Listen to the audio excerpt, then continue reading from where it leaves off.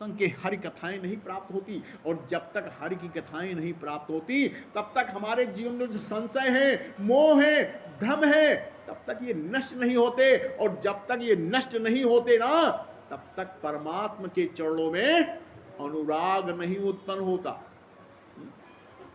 इसीलिए तुलसीदास जी महाराज ने और भी आगे लिख दिया कि बारी मथे घृत होए शिकताते बढ़ते, बिन हरि भजन न भावतरिया, यह सिद्धांत अपे।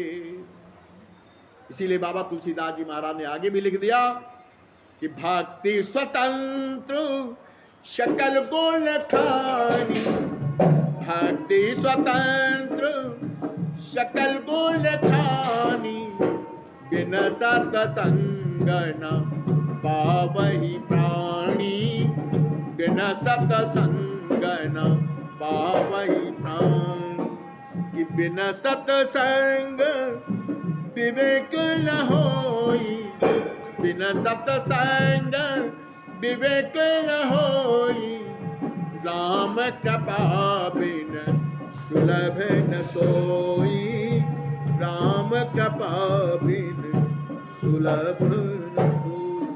सूत जी महाराज कहते हैं, शौनकादशियों, इस प्रकार से भक्ति सब जगह सुलभ तो है, लेकिन बिना सत्संग के ये प्राप्त नहीं होती। बिन सत्संग न पावै प्राण, बिना सत्संग के ये भक्ति प्राप्त नहीं होती है। और अगर ये भक्ति सोच रहे हो कि हम रोज एक लोटा जल चढ़ाते हैं, शंकर जी के ऊपर फूल माला चढ़ाते हैं, तो अपना कह रहे चलो भाई एक नियम बना लिया है, चलो भाई ठीक है, कम से कम एक लोटा जल ही चढ़ा दो जाएगा भगवान को। क्यों भाई? वास्तव में ज्ञान की जो प्राप्ति है, हृदय प्रफुल्लित हो भगवान के चरणों में, जब ज्ञान होगा,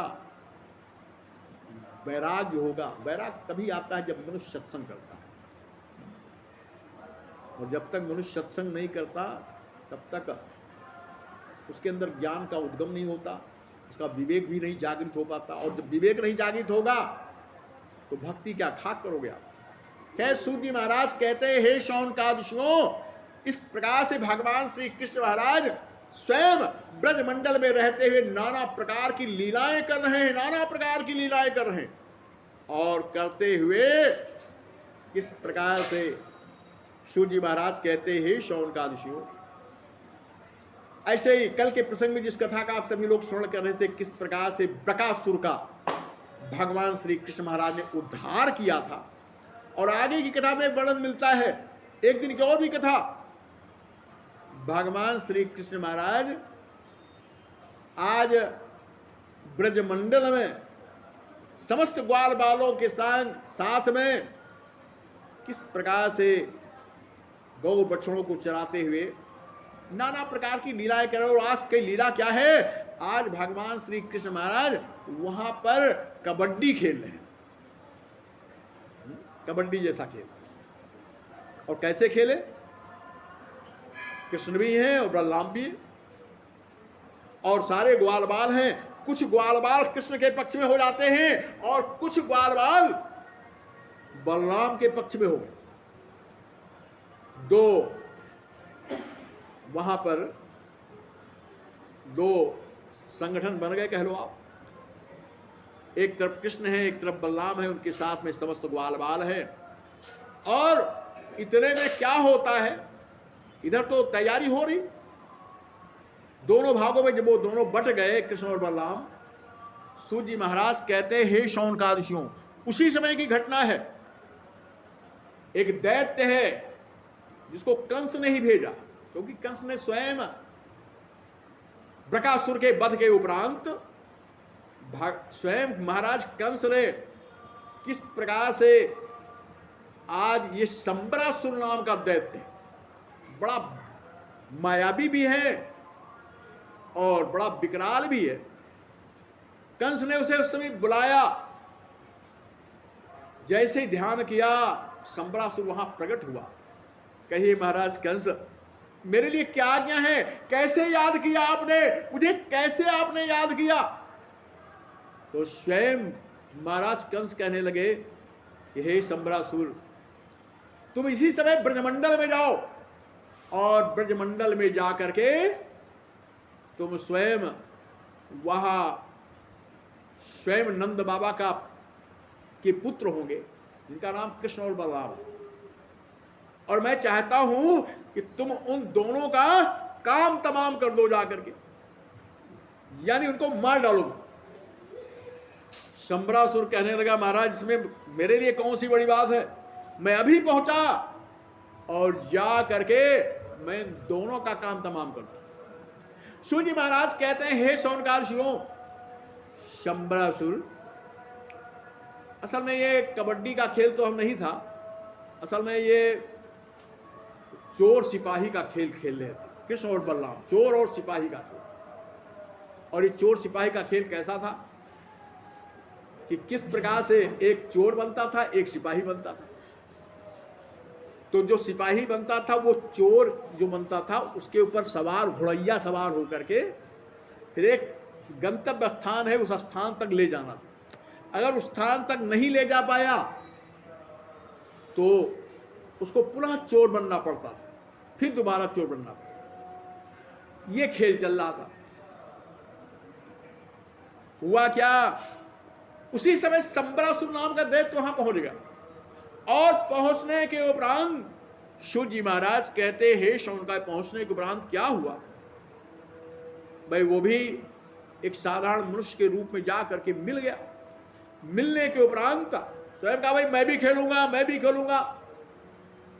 कृष्ण बलराम तो जैसे ही देखा तैसे ही समझ गए, ये दुष्ट जो है, ये मुझे लगता है ये कंस का भेजा हुआ ये राक्षस है, ये हम लोगों को मारने के लिए आया है, क्योंकि कई राक्षसों को उन्होंने वध किया था भगवान कृष्ण और बलराम ने। इसलिए हुआ ये कि स्वयं कृष्ण बलराम ने कहा, क्या बनोगे भाई पहले तुम? अरे भाई मैं सबसे पहले चोर ही मुझे बना दो। चोर बनना आसान भी था। उसको जो है कहा, ठीक है तुम चोर बन गए हो तो चलो, अबे ये भैया है हमारे, इनको जो है तुम उस गंतव्य स्थान तक छोड़ के आओ, वही एक जो बट वृक्ष दिखाई पड़ रहा है वहां तक लेकर के जाओ, और अगर नहीं जा पाए दोबारा फिर तुम्हें बनना पड़ेगा, मुझे मंजूर है। इस प्रकार से उस शंबरासुर नामक दैत्य ने कबूल लिया, और अंत तो गत्वा बलराम जी महाराज को किस प्रकार से अपने यानी पीठ पर किस प्रकार से लाद लिया, और बलराम जी महाराज उसकी गर्दन पे हाथ डाले और पीछे जो है किस प्रकार से पीठ पर लदे हुए, वो स्वयं बलराम जी महाराज को लेकर के वहां से चलता है, और चलने के उपरांत पहुंच गया वट वृक्ष, और वट वृक्ष से गंतव्य स्थान से भी वो काफी आगे निकल गया। अब तो उसको मौका मिल गया कि अब तो बलराम जी अकेले मिल गए ना, अब इनका काम हमें तमाम कर देना है। और हुआ क्या, उसी समय उसने अपना वेश बदला, यानी राक्षस के रूप में परिणित हो गया, और परिणित होने के उपरांत किस प्रकार से बलराम जी महाराज को सीधे आकाश में ले जाता है, और आकाश में ले जा करके किस प्रकार से बलराम जी को मारना तो चाहा, लेकिन बलराम जी कहने लगे, दुष्ट तू मुझे मारेगा। बलराम जी महाराज ने उसकी गर्दन को ऐसा जकड़ लिया, उसका सांस लेना दूभर हो गया, उसके कान से रक्त की धारा बह निकली, और आंखें बाहर निकाल आई, और तो और कहते हैं मलमूत्र उसके निकल पड़े, क्योंकि उसने अपना प्राण विसर्जन कर दिया। और किस प्रकार से बलराम जी को लिए हुए वो दुष्ट किस प्रकार से धरती पर गिरा, और गिरने के उपरांत उसके प्राण पखेरु उड़ गए। और इस प्रकार से सूर्य महाराज कहते हैं, सौनकादियों, बल्कि सुखदेव जी महाराज कहते हैं, हे राशि परीक्षित, किस प्रकार से भगवान श्री बलराम जी महाराज ने इस दैत्य यानी संबरासुर का किस प्रकार से उद्धार कर दिया। ये सुंदर कथा के प्रसंग में आप सभी लोगों ने सुना, और इस प्रकार से भगवान श्री कृष्ण महाराज की नाना प्रकार की दिव्य दिव्य लीलाएं चल रही हैं। सूर्य महाराज कहते हैं, हे शौनकादियों, आज संबरासुर का भगवान बलराम जी महाराज ने किस प्रकार से उद्धार कर दिया। और भगवान श्री कृष्ण और बलराम सारे ग्वाल बाल जितने भी थे उनके साथ में सब बहुत प्रसन्न हुए हैं, बहुत प्रसन्न हुए और कहने लगे बल्लू भैया आज तो आपने कमाल कर दिया, किस प्रकार से इस दुष्ट दैत्य का आपने किस प्रकार से यानी वध कर डाला। ये दुष्ट जो है किस प्रकार से बड़ा वीर अपने को समझता था, बड़ा बलवान समझता था, आज इसका भी काम आपने तमाम कर दिया। इस प्रकार से बोलो श्री कृष्ण भगवान की जय, बोलो वृंदावन बिहारी लाल की, बोलो पवन सुत हनुमान की। तो कन्हैया कन्हैया पुकारा करेंगे, कन्हैया कन्हैया पुकारा करेंगे, कन्हैया कन्हैया पुकारा करेंगे, लताओं में ब्रज की गुजारा करेंगे, लताओं में ब्रज की गुजारा करेंगे। कि कहीं तो मिलेंगे वो बांके बिहार, कहीं तो मिलेंगे वो बांके बिहारी, उन्हीं के चरण चित लगाया करेंगे, उन्हीं के चरण चित लगाया करेंगे। कन्हैया कन्हैया पुकारा करेंगे, कन्हैया कन्हैया पुकारा करेंगे, लताओं में ब्रज की गुजारा करेंगे, लताओं में ब्रज की गुजारा करेंगे। कन्हैया कन्हैया पुकारा करेंगे। बना करके हृदय में हम प्रेम मंदिर, बना करके हृदय में हम प्रेम मंदिर, वहीं उनको झूला झुलाया करेंगे, वहीं उनको झूला झुलाया करेंगे। कन्हैया कन्हैया पुकारा करेंगे, कन्हैया कन्हैया पुकारा करेंगे, लताओं में ब्रज की गुजारा करेंगे, लताओं में ब्रज की गुजारा करेंगे। कि उन्हें हम बिठावेंगे आंखों में दिल में, उन्हें हम बिठावेंगे आंखों में दिल में, उन्हीं से सदा लो लगाया करेंगे, उन्हीं से सदा लो लगाया करेंगे। कन्हैया कन्हैया पुकारा करेंगे, लताओं में ब्रज की गुजारा करेंगे, लताओं में ब्रज की गुजारा करेंगे। जो रूठेंगे हमसे वो बांके बिहारी, जो रूठेंगे हमसे वो बांके बिहारी, जो रूठेंगे हमसे वो बांके बिहारी, चरण पर उन्हें हम मनाया करेंगे, चरण पर उन्हें हम मनाया करेंगे। कन्हैया कन्हैया पुकारा करेंगे, कन्हैया कन्हैया पुकारा करेंगे, लताओं में ब्रज की गुजारा करेंगे, लताओं में ब्रज की गुजारा करेंगे। उन्हें प्रेम डोरी से हम बांध लेंगे, उन्हें प्रेम डोरी से हम बांध लेंगे, तो फिर वो कहाँ भाग जाया करेंगे, तो फिर वो कहाँ जाया करेंगे। कन्हैया कन्हैया पुकारा करेंगे, कन्हैया कन्हैया पुकारा करेंगे। लताओं में ब्रज की गुजारा करेंगे, लताओं में ब्रज की गुजारा करेंगे। और इस प्रकार से सूत जी महाराज कहते, हे शौनकादिशियों, भगवान श्री कृष्ण महाराज सत्य है, उसे इतना लोग प्रेम करते हैं। इस समय भगवान श्री कृष्ण महाराज समस्त ग्वाल बालों के सहित गौओं वृषणों को लेकर के जब ब्रज मंडल की ओर प्रस्थान करते हैं ना, ब्रज से वन की ओर जब प्रस्थान करते हैं, तो सारी गोपियां ग्वाल बाल सभी जो है किस प्रकार से अत्यंत निराश हो जाते हैं, निराश हो जाते हैं। कब कन्हैया लौट करके आएंगे और फिर इनके दर्शन करेंगे। सूत जी महाराज कहते हैं, हे शौनकादिशियों, इस प्रकार से समस्त ब्रज गोपियां जो है भगवान श्री कृष्ण महाराज के यानी दर्शन के लिए लालयित रहती। लेकिन उसी दिन की सुंदर कथा का वर्णन मिलता है। सूत जी महाराज कहते, हे शौनकादिशियों, एक दिन और की घटना है।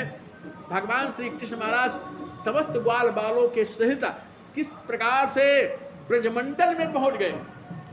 गौएं चराने के लिए गए थे, लेकिन आज यहां पर एक दैत्य स्वयं भगवान श्री कृष्ण महाराज का इंतजार। ये दैत्य कौन है ना, मालूम है आपको? इस दैत्य का नाम है अघासुर। ये अघासुर का मतलब समझते हो ना? अघासुर का तात्पर्य होता है जो कभी ना अघाने वाला, वो कभी अघाता ही नहीं है। स्वयं महाराज कंस ने इसे बुलाया था, बुलाया और याद किया। जैसे याद किया तैसे ये प्रकट हो गया जाकर। कहिए महाराज, महाराज आपके चरणों में मेरा कोट कोट प्रणाम है। कहिए महाराज, कैसे याद किया आपने? मेरे लिए क्या आज्ञा है, मेरे लिए क्या आज्ञा है? सूत जी महाराज कहते, हे शौनकादिशियों, स्वयं कंस कहने लगा कि हे अघासुर, ये जो कृष्ण है ना, जो नंद बाबा का पुत्र है, इसने मेरे बहुत से राक्षसों का संहार कर डाला, बहुत से राक्षसों का संहार कर दिया। इसलिए हे अघासुर, तुम इसी समय ब्रजमंडल में जाओ और जा करके इस दुष्ट राक्षस का, इस ग्वाले का, ये जो नंद बाबा का जो पुत्र है, तुम जा करके इसका किस प्रकार से वध कर डालो, इसका वध कर डालो। जो आज्ञा महाराज, स्वयं अघासुर ऐसा कह करके, जो आज्ञा महाराज, जो आज्ञा, ऐसा कहते हुए स्वयं किस प्रकार से वो ब्रजमंडल में पहुंच गया, पहुंचा ब्रजमंडल में। और ब्रजमंडल में पहुंचने के उपरांत सूत जी महाराज कहते, हे शौनकादिशियों, अघासुर जानते हो, ये अजगर के रूप में वहां पहुंचा और बड़ा विकराल स्वरूप इसने धारण किया। विकराल है भी वो स्वयं ब्रज में पहुंच करके और कृष्ण और बलराम की प्रतीक्षा कर रहा है। और जानते हो उसका स्वरूप क्या है? इसका स्वरूप ये है।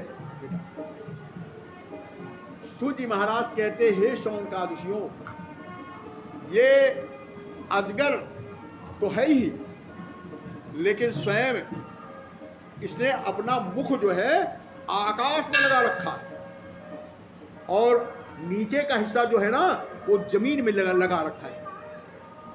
इसकी दंतावलियां सब दिखाई पड़ रही हैं।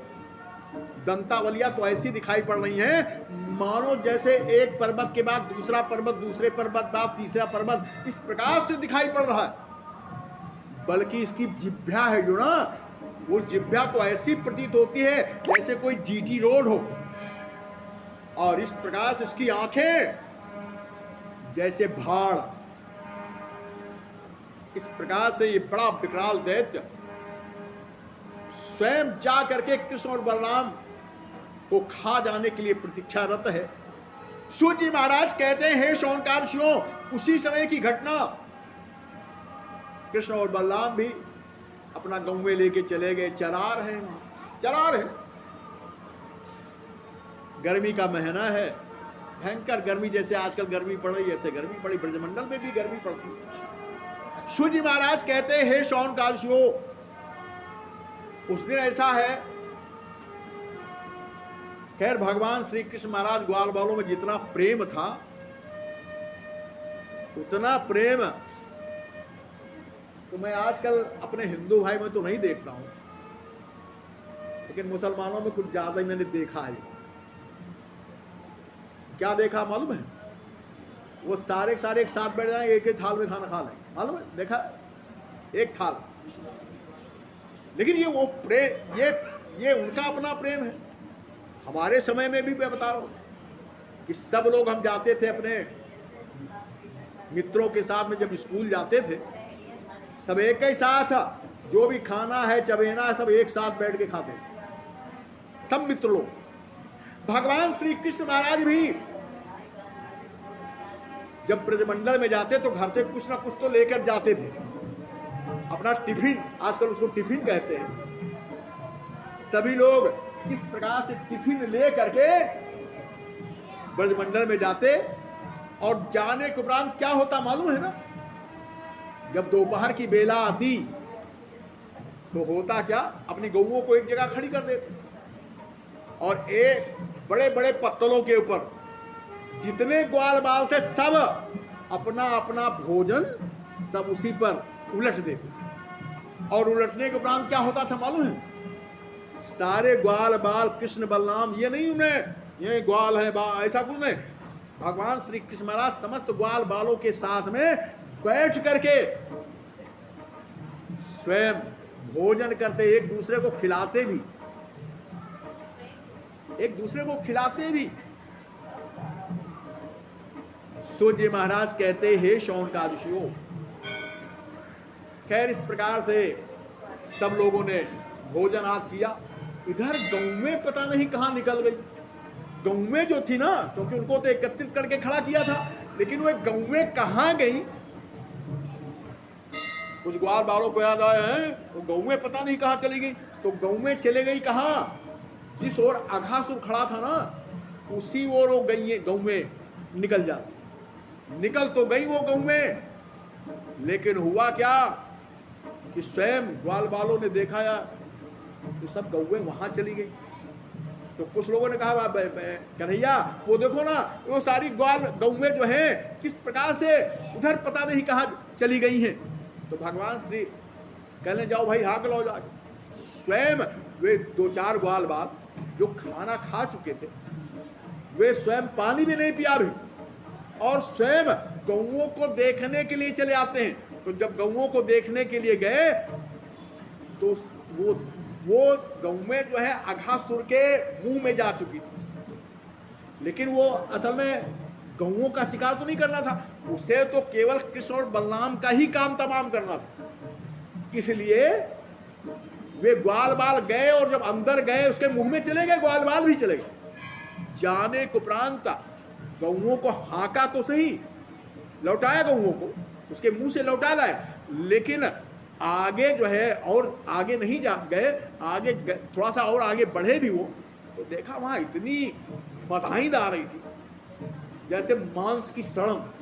अब भाई ये और तो नहीं, अघासुर तो ही है, राक्षस है, किस प्रकार से बड़ी मदाहिंद। तो स्वयं वे ग्वाल बाल गौओं बछड़ों को वहां ले आए, और लाने के उपरांत स्वयं भगवान श्री कृष्ण महाराज से कहा, कन्हैया वो मैं गया था गौओं को हाँकने के लिए, तो जो और आगे स्थान था वहां इतनी मदाहिंद आ रही थी, इतनी बदबू आ रही थी जैसे कोई मर गया हो, कोई मांस की सड़न आ रही थी, पता नहीं क्या था। भगवान श्री कृष्ण महाराज कहने लगे, चिंता मत करो ग्वाल बालों, मैं स्वयं अभी जाता हूं। भगवान श्री कृष्ण महाराज स्वयं उसी समय किस प्रकार से गए, और जाने के उपरांत सूत जी महाराज कहते हैं, हे शौनकादियों, और जाने के उपरांत क्या हुआ? भगवान श्री कृष्ण महाराज जैसे ही उस अघासुर के मुंह में गए, पेट में पहुंच गए, बस सिर क्या था, मिल गया मौका अघासुर को, और उसने क्या किया, देखते ही देखते अपना मुख बंद कर लिया, और बंद कर दिया। उसने सोचा कि अब कृष्ण का काम तमाम हो जाएगा, लेकिन भगवान श्री कृष्ण महाराज ने क्या किया मालूम है ना? उसने मुंह तो बंद कर लिया, अब तो अंदर है भगवान श्री महाराज, और अंदर होगा, अगर साधारण व्यक्ति हो तो क्या होगा मालूम है? लेकिन भगवान श्री कृष्ण महाराज ने क्या किया, अपने शरीर का विस्तार बढ़ाना प्रारंभ कर दिया, और ज्यों बढ़ाया शरीर का विस्तार, तो उसका शरीर अपने आप चढ़ उसकी चमड़ी जो है ना अगल बगल की, मुंह सब अपने आप फटने लगा, और देखते ही देखते उसकी आंखें बाहर निकल आई, और किस प्रकार से भगवान श्री कृष्ण महाराज ने किस प्रकार से इस दुष्ट अघासुर का वध कर डाला, अघासुर का वध कर डाला। सूत जी महाराज कहते, हे शौनकादियों, लेकिन इस दिन की जो लीला है ना, बड़ी अद्भुत लीला है, बड़ी अद्भुत लीला। आप कहेंगे क्या लीला है?